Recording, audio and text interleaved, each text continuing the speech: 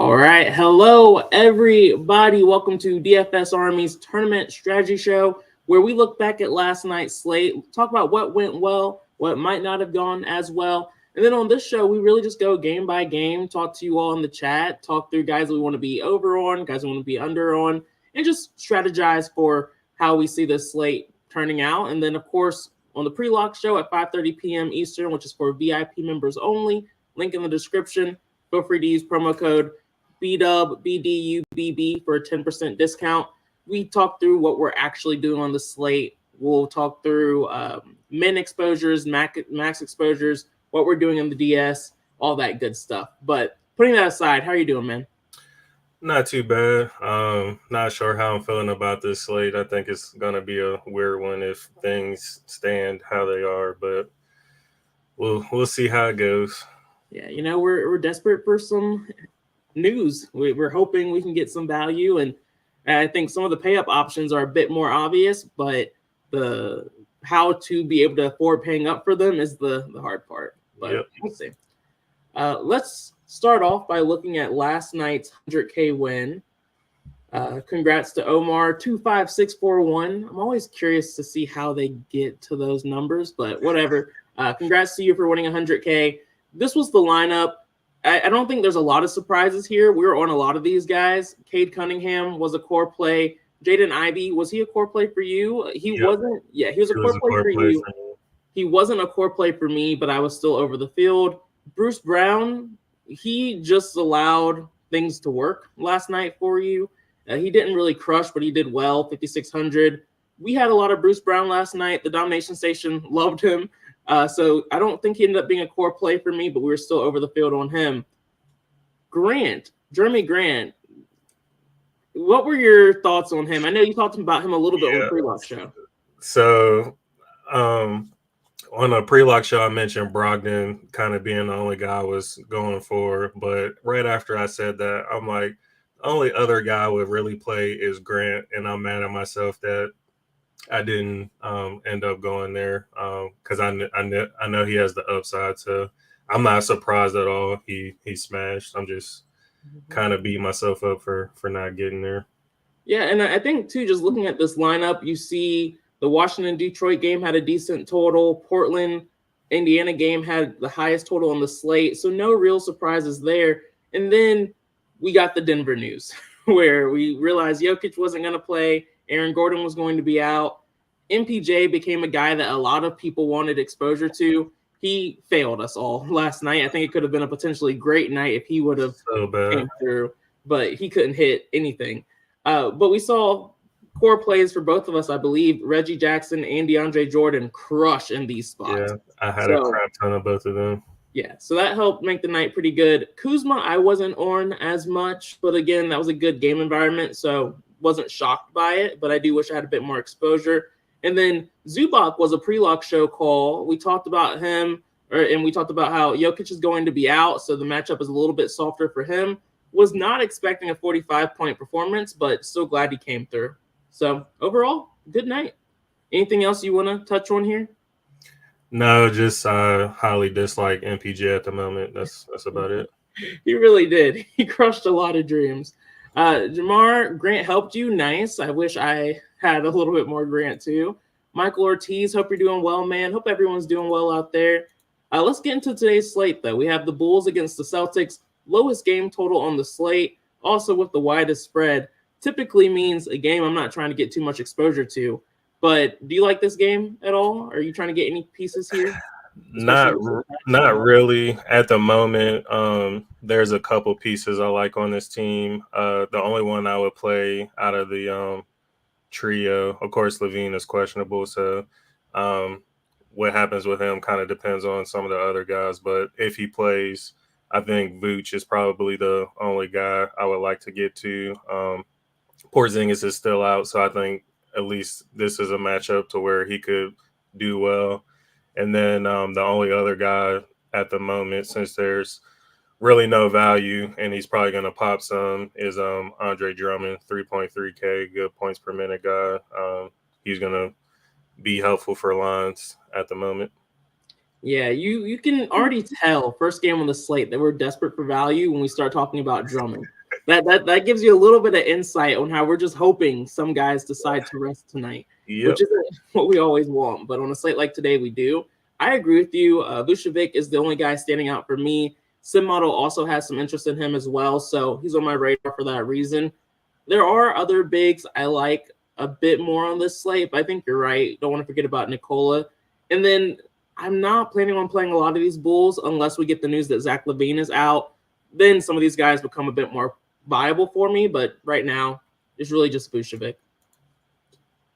Celtics, I feel like it's a similar story here. We have Jrue Holiday listed as questionable. Derek White looks like he's going to play. And then, like you mentioned, Porzingis is still out.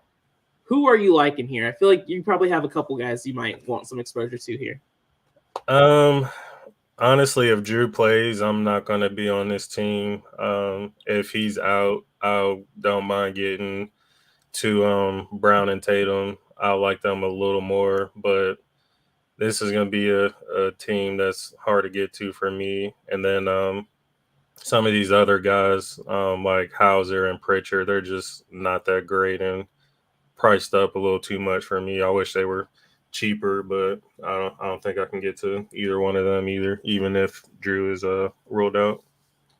Yeah, it's tough. And I think the thing that's making me the most nervous about them is just this spread. This 13-point spread, not seeing this game staying close. If there was a world where this game does stay close, let's say LaVine plays and him or DeRozan or Vucevic are able to get going, it wouldn't shock me if Tatum or Brown have a ceiling performance here because this is a decent matchup against the Bulls. They haven't been that strong defensively, but you're asking for a lot trying to keep this game close. So I think you're right. Probably safe to pass. If Drew ends up getting ruled out, though, I'm tempted to take some shots on Tatum or Brown, but I'm going to keep a close eye on ownership. If they see any ownership, I'm not overly excited about playing them tonight. The Raptors against the Nets, I feel like this game is a bit more interesting. We have a nice close spread at 1.5 points. Total still relatively low at 224, but not awful. Do you like any of the Raptors here? Yeah, I would imagine they're going to be somewhat low owned, so I'll probably take my normal shots on Podol and Siakam. They're both still decent prices, and they both shown they can pay it off. So I like both of them. And then I feel like I'm the only one who ever likes Schroeder, but I depending on his ownership, which I would imagine he's going to be low on as well, I don't mind at least getting around the field on him. And that's probably about it for me. I feel like you are the only person who ever likes him, but he's been decent this season. So It's been working out for you. I feel like we talk about it all the time. The thing that gives people in NBA DFS the most, I think, is that people get bored of doing the same things over and over again, especially when people aren't priced for the upside they have. And Siakam and Jakob Poeltl, they fall into that same category for me on almost every slate. They're not super expensive. They have nice upside, and they're typically low owned. For me, rinse, wash, repeat. Hope it works out for us again here. So, yeah, I'm with you there. The other pieces feels a little bit more thin for me, but if they're extremely low owned, I could be talking to taking a shot. But I think you can make a case for an OG as well. At the moment, I think it's more of a balanced approach, and he's in that mid range price to where that fits. So I wouldn't be opposed to getting some of him. He's another guy who's shown he's had some ceiling here recently too, so not bad. Let's see, for the Nets, this is a team where Cam Thomas was listed as doubtful, which means he probably won't play, but he's been listed out for a long time. So looks like he's getting a little bit closer to playing. Nick Claxton is questionable. That matters a good bit. Dennis Smith Jr. is questionable. That matters a little bit less, at least for me. What are you doing with the Nets here? We did get news on them about 20 minutes ago. So Claxton is available, and then Cam Thompson is ruled out. Okay, well, that's still pretty boring. Yeah. Doesn't really help anything. Yeah. But the main guy I love, and I think I'll have a decent amount of, is Cam Johnson.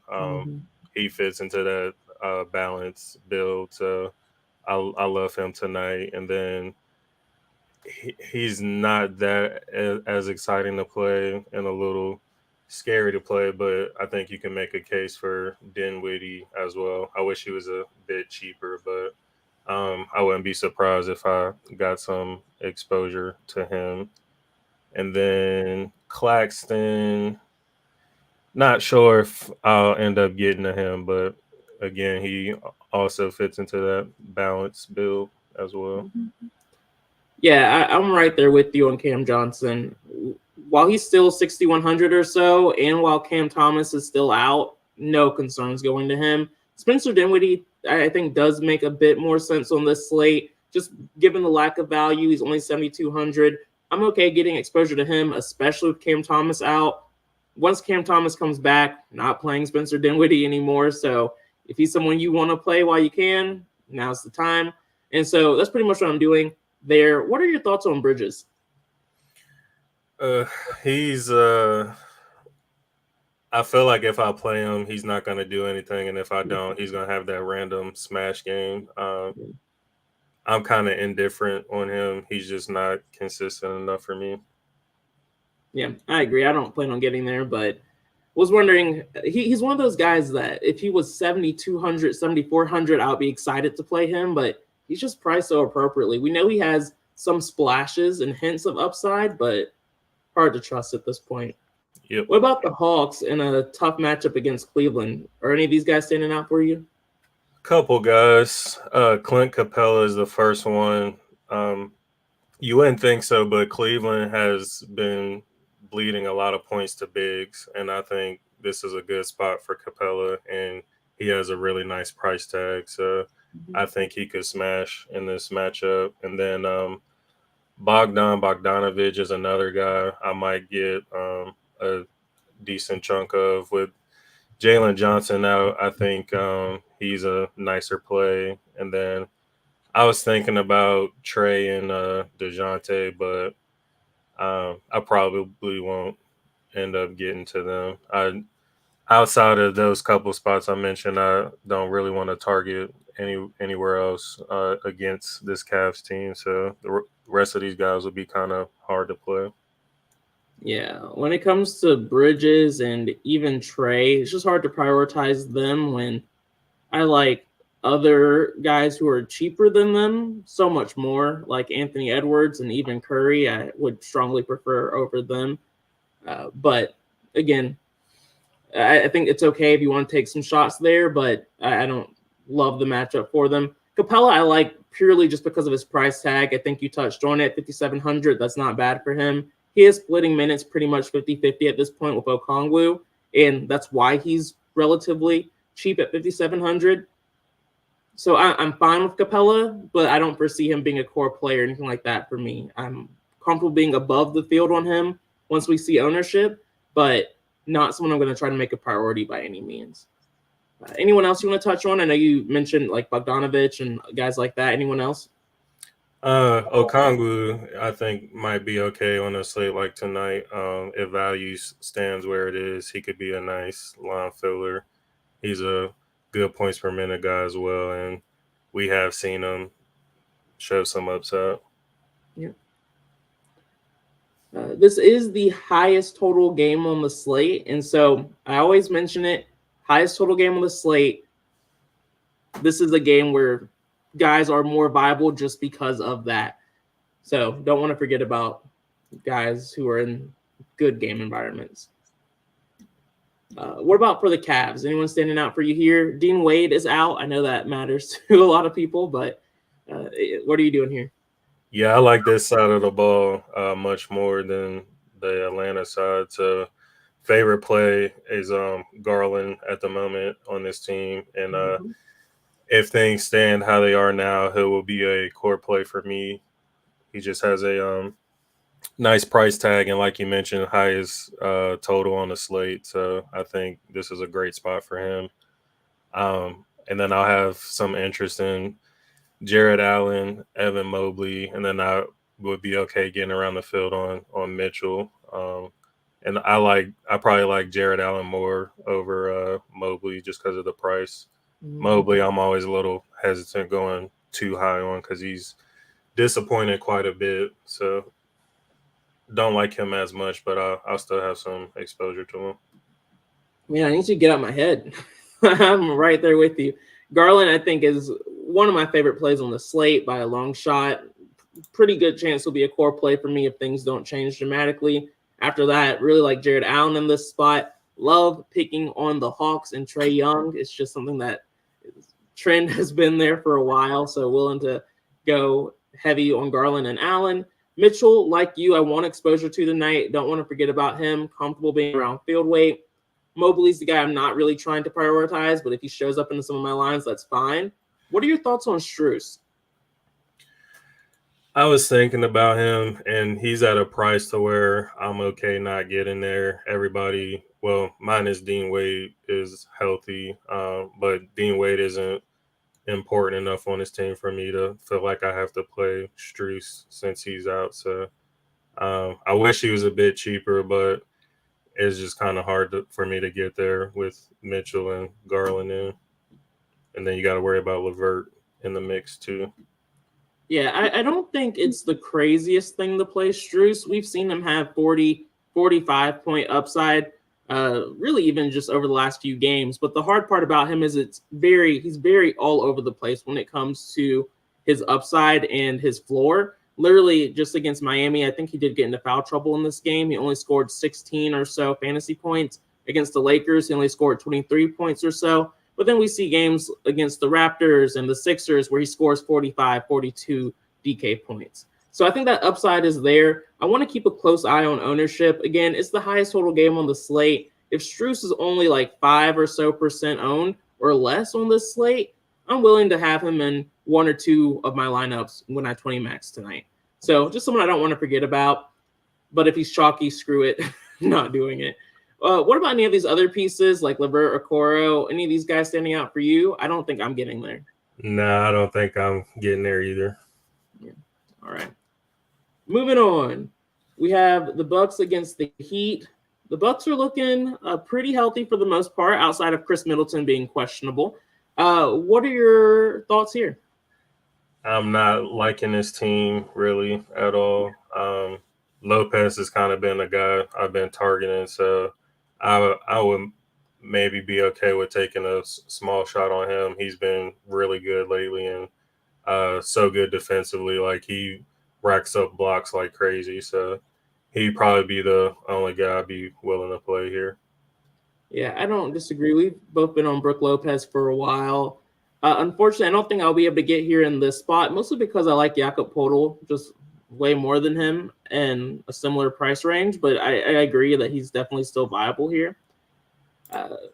What about Lillard or Giannis? We know they can break a slate on any given day. It's just no real reason to play them here, right? If there was more value, I wouldn't mind taking some shots on them, but no, I can't do it. It's hard to play them when they're both in because they kind of limit each other. Yeah, you're literally just trying to get cute when you play them here. But again, that's a strategy that can work. Hard to find a reason outside of that. They will be low owned today. That's the reason. Next up, we have the Heat. I see you skinny in the chat. You're like, let's go Heat. We're finally at the game. Let's see. From an injury news standpoint, Jimmy Butler's questionable. That matters. Bam Adebayo's probable. Duncan Robinson's probable, so we should see them here. Haywood Highsmith is listed as questionable as well. So there's some things we have to keep a close eye out for here. What are you doing with the Heat? Really, for this team, it comes down to whether Butler plays or not. If he does play, I really don't have much interest in this team. If he sits, I think that makes Bam a little more appealing. And then guys like Lowry, Josh Richardson, even Jaquez, those guys would be more viable for me as well. Yeah, I agree. Literally, words on my mouth, I would be so much more interested in this team if Jimmy Butler's out. I'm already kind of interested in taking a shot on Lowry, even if Butler plays, just because I like staying consistent with things like playing guards against the Bucks. It's been a good trend. But Lowry can be so bad sometimes, and we've seen him be way better when Jimmy Butler's off the court. So I agree. I'm way more interested in this team if Butler sits. If he plays, I don't have any interest in this team. Anyone else you want to touch on there? Not for me. All right. Next up, we have the Hornets against the Knicks. Let's see. The Hornets, big news, LaMelo Ball is out. Sad news is there's not really an extremely cheap point guard that makes things much easier on the slate, but at least LaMelo is out. Nick Richards is out. James Bouknight is available if that changes things dramatically for you. What are you doing with the Hornets? So I think the obvious will be Terry Rozier. He's definitely going to be somebody I want to make sure I have with no Ball. I really don't like this matchup, and I don't like the pace that the Knicks play, but it's going to be hard not to play Rozier with no Ball. We've seen him smash in this spot many times in the past, so I'll definitely be making sure I have some of him. Bridges, I want to like him. He's been really good coming back. I just don't like that 8K price tag. He earned that for sure, and he's priced where he should be, but I'm just not sure how much of him I'll get to in this matchup. And then Brandon Miller, he's kind of one of those guys in that mid-range price to where I wouldn't be surprised if I got some exposure to. He's a little more inconsistent and kind of scary to play, but as things stand, I wouldn't mind having some exposure to him. And then all these other guys are a little too priced up for me. Yeah, I absolutely hate it. I hate that the Hornets are facing the Knicks tonight. Literally, if they were facing almost any other team, I would love playing everyone at their price tag, but the Knicks are a tough matchup. Not a team I like to pick on too much. Miles Bridges, if his ownership stays around 6%, I'm totally fine being around field weight, maybe even doubling that and being closer to 10. I'll be totally fine with that. Terry Rozier, just like you mentioned, I plan on having plenty of exposure to him tonight as well. With Ball out, with Terry only being 7,400, I am totally fine going back to him. Only minor concern with Terry is that this is only his second game back from injury, but his first game back, he played 36 minutes. So that kind of took away that concern. So, yeah, we're playing Terry. I'll probably have a little bit of Miles Bridges exposure. Outside of that, I'm not liking any of these guys. Brandon Miller would be interesting. I think he's still viable, but if he stays this chalky around 17% against the Knicks, I'm not trying to go there. But I do understand the play, and I'll be comfortable being around field weight, but not past it. Anyone else you want to touch on for the Hornets? Nope. Okay. What about the Knicks side of the ball? So this side is much more appealing, of course. So we'll start with the chalkiest guy so far, RJ Barrett. He is another player where you have to worry about whether he's going to show up or not. He's so inconsistent, but 5,900 in this matchup is a little too cheap in my opinion. So I wouldn't be surprised if he ends up a core play for me tonight. Quickly, he to start out the season, he's kind of been a little shaky, but the last 2 games, he's looked really, really good. So he's another guy who's going to fit into that balanced build, and I'm sure I'll have a decent amount of him as well. And then bigs against Charlotte, we mentioned that every slate they play, so don't mind getting to Mitch Robb here. And then I probably won't be over on Randall and Brunson, but I probably want to make sure I'm at least at the field on them. Yeah, I would say Randall is someone who could potentially be a leverage play for me today, just depending on how easy it is to make lines, having increased exposure to him. But I really like Randall tonight. We say it all the time, like you just did, bigs against the Hornets. Randall fits that category for me. Mitchell Robinson, same exact story, 5,200, fantastic matchup. I'll be over the field on him. Where things get a little bit more iffy for me or with guys like Brunson, Barrett, quickly, the Hornets are god-awful from a defensive standpoint. We say bigs against the Hornets, but you can honestly play any position against the Hornets, and it's fine. The only reason I don't want to go too crazy here is the widespread. It's 11.5 points, and it's the second lowest total on the slate. Just games like this, I don't typically like to go crazy on. So, like I said, Randall is one of those guys I'm willing to go over the field on because I feel like he should be very involved. Mitchell Robinson, same thing, willing to go over 22% ownership on him. When it comes to Brunson and Barrett, I would prefer to stay around field weight, and quickly I'm going to try and limit as much as I can, but I don't want to be over the field on him by too much either. Again, just because of the way the slate's breaking up, we might have to play these guys just because they make lines work, but I don't love it, to be honest. Anyone else you want to touch on here? Nope. All right. Next up, we have OKC against the Thunder. Thunder are looking pretty healthy, so nothing really too crazy here. McDaniels has been out for a while, so that's not new. You playing any of these guys here? Most likely not. I'm a huge SGA and Chet fan, but it's going to be hard to get here. I don't like to pick on the Timberwolves, so I'll most likely be avoiding this team. Yeah, I agree. It's hard to play any of these guys. If you wanted to, it would be SGA or Chet for me, but I can't find a great reason to play these guys here. Tough matchup. Total's nice and spread is nice, so it's fine, but I just don't think anyone's priced well for the Thunder right now. Opposite side of the ball, Timberwolves. I like these guys a bit more. Or are you on any of these guys?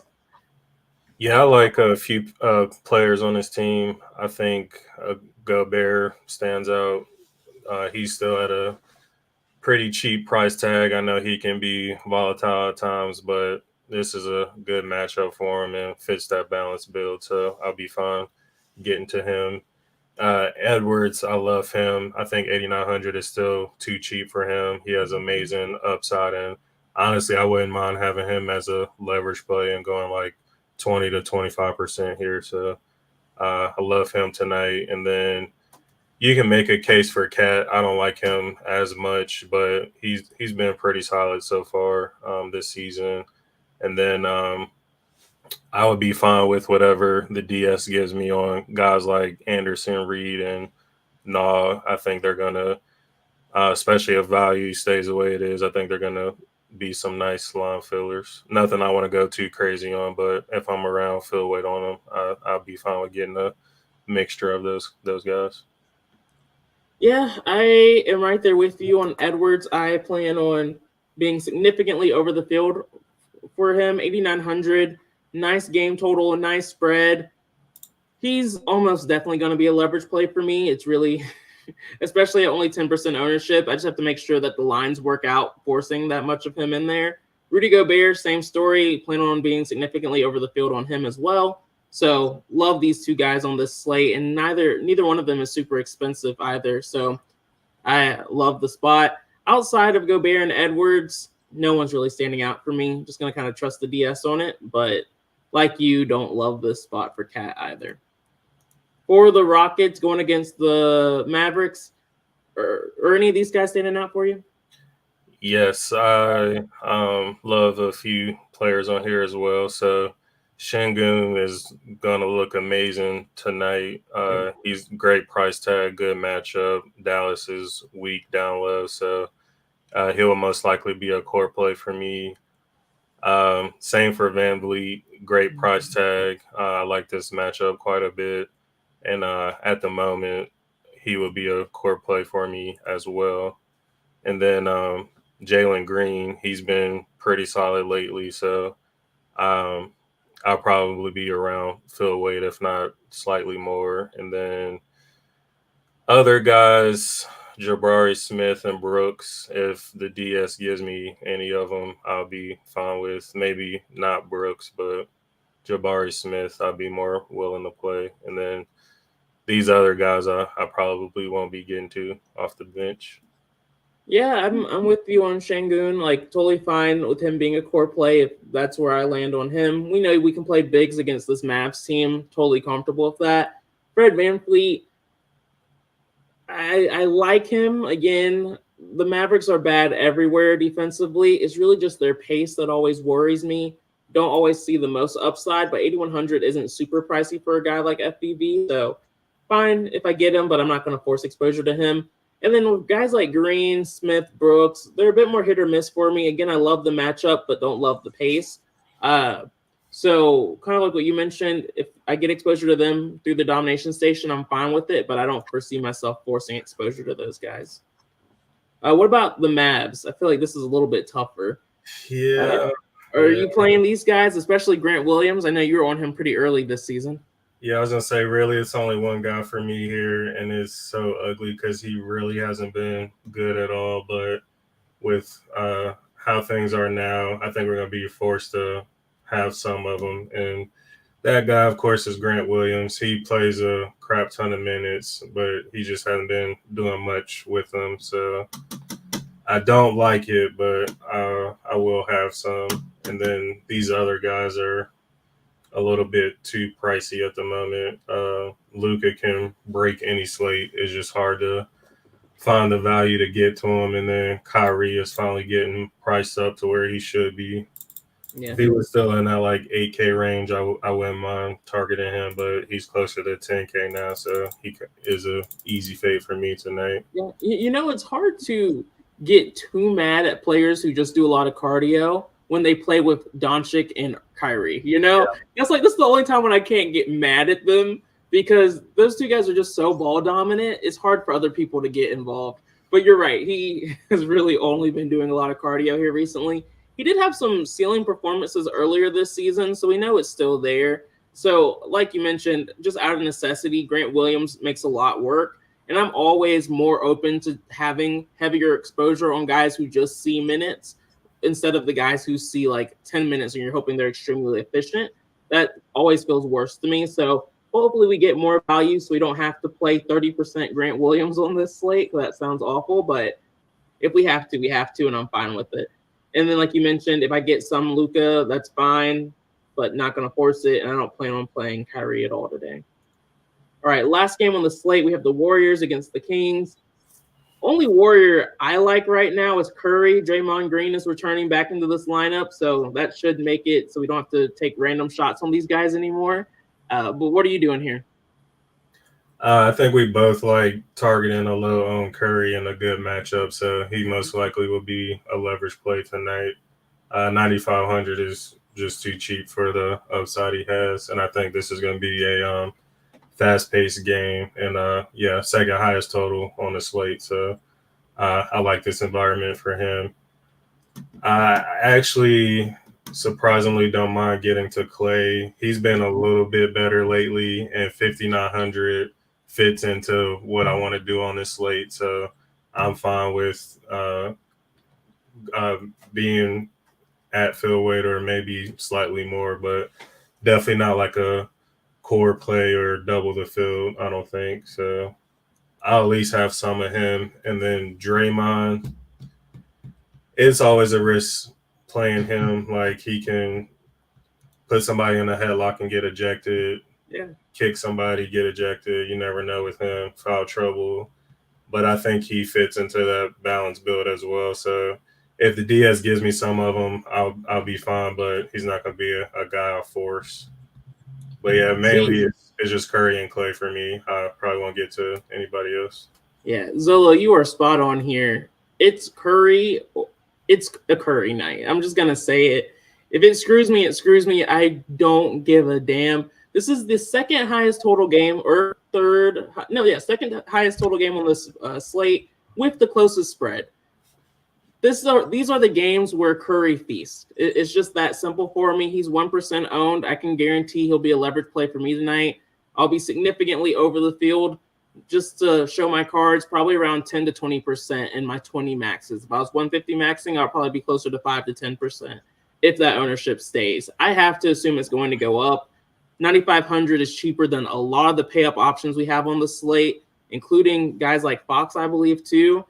Curry is the guy for me tonight alongside Edwards. I'm going to try to get as much Edwards and Curry as I can and hope things go my way. You're spot on with Draymond. You don't feel good playing him. You shouldn't. If you do, you just haven't been paying attention here lately. But he's 6,200. He makes a decent amount of work.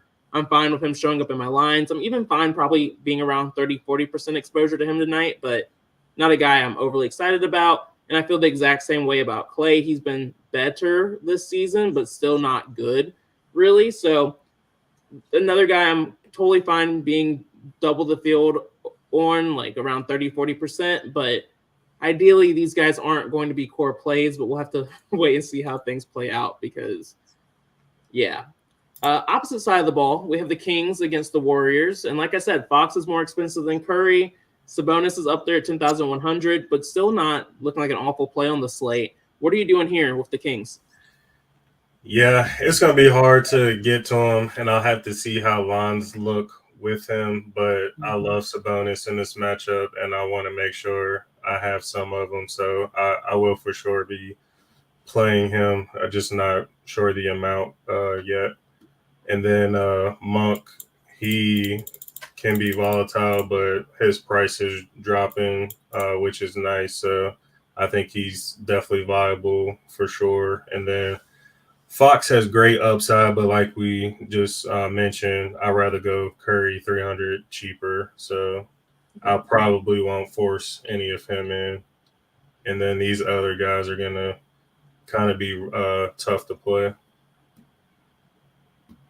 Yeah, it's weird. I am on the fence between Fox and Sabonis. It's really just going to depend on how easy it is to make lineups with them in there, because like I mentioned, going to prioritize Curry and Edwards. And so if I can find a way to still get to Sabonis and Fox, I'm fine with it. Again, second highest total on the slate, still relatively low owned. So I do want to try and get exposure to them, but it's really just going to depend on how things are looking closer to lock. Darius J, good to see you, man. No worries. Agreed. Let's make it happen. Josh said DeAndre Jordan 50 piece in 2023 is crazy. You are not wrong, man. I was not expecting that. I was just hoping for like 18, 20 points, not 50. So yeah, he was a core play for both of us. And I was thinking, 25, 30 would be really solid here. And then he had that by the end of the first or second quarter. And I was like, it's going to be a good night. It was bad all the way up to that point, but it was going to be good. But y'all, that's pretty much it for us. Again, on the pre-lock show, we'll be able to tell you exactly way more what we're doing, who our core plays are. Hopefully we'll have some news by then. Again, if you want to have access to that show, click the link in the description. Use promo code BDUB, BDUBB for that 10% discount. And if you're not going to do that, we'll see you tomorrow. Well, I'll see you tomorrow. Brandon will be back Thursday. And we wish you nothing but luck. Have a good one, guys. Peace out.